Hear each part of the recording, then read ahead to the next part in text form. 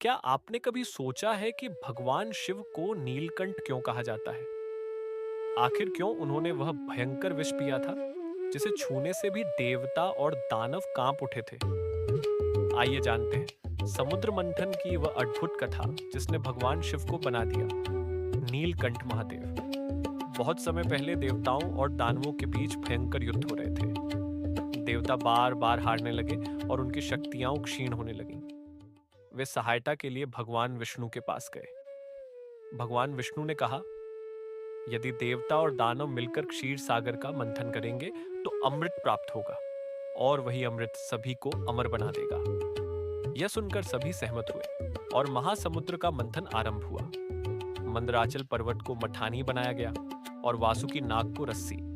देवता एक ओर खड़े हुए और दानव दूसरी ओर। जैसे ही मंथन शुरू हुआ, समुद्र से अद्भुत वस्तुएं निकलने लगीं।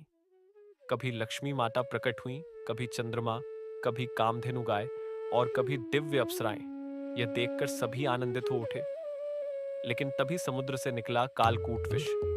वह विष इतना भयंकर था कि उसकी ज्वालाओं से तीनों लोक जलने लगे। धरती कांप उठी, आकाश ढटकने लगा, नदियां सूख गईं और प्राणियों का जीवन संकट में पड़ गया।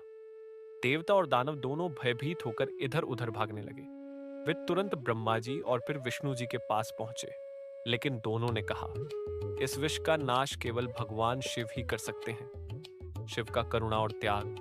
सभी देवता कैलाश पर्वत पहुंचे और महादेव से प्रार्थना करने लगे। उन्होंने कहा, हे देवों के देव, यदि यह विष नष्ट न हुआ तो सृष्टि का अंत निश्चित है। कृपया रक्षा कीजिए। भोलेनाथ सबकी पीड़ा देखकर करुणा से भर उठे। उन्होंने बिना विलंब किए उस भयंकर विष को अपने कर में लिया और पी गए। जैसे ही विष उनके कंठ तक पहुंचा, उसकी ज्वाला फैलने लगी। माता पार्वती ने तुरंत उनका गला पकड़ लिया ताकि विष नीचे न उतर सके। वह विष शिव के कंठ में ही रुक गया और उनके कंठ का रंग नीला पड़ गया। इसी क्षण से शिव कहलाए नीलकंठ महादेव। जैसे ही शिव ने विष धारण किया, तीनों लोकों में शांति लौट आई।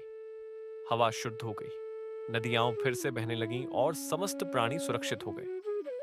देवताओं ने शिव की स्तुति की और उनके इस महान त्याग को प्रणाम किया। शिव ने यह सिद्ध किया कि वे केवल संहारक ही नहीं, बल्कि करुणा और त्याग के सच्चे प्रतीक हैं। यह कथा हमें सिखाती है कि सच्चा त्याग वही है जो दूसरों की भलाई के लिए किया जाए। भगवान शिव ने स्वयं का जीवन संकट में डालकर पूरे ब्रह्मांड को बचाया। उनके त्याग से आज भी वे देवों के देव कहलाते हैं। इसलिए जब हम शिव को नीलकंठ कहते हैं, तो यह केवल एक नाम नहीं बल्कि करुणा और बलिदान की अमर गाथा है। जय नीलकंठ महादेव, हर हर महादेव।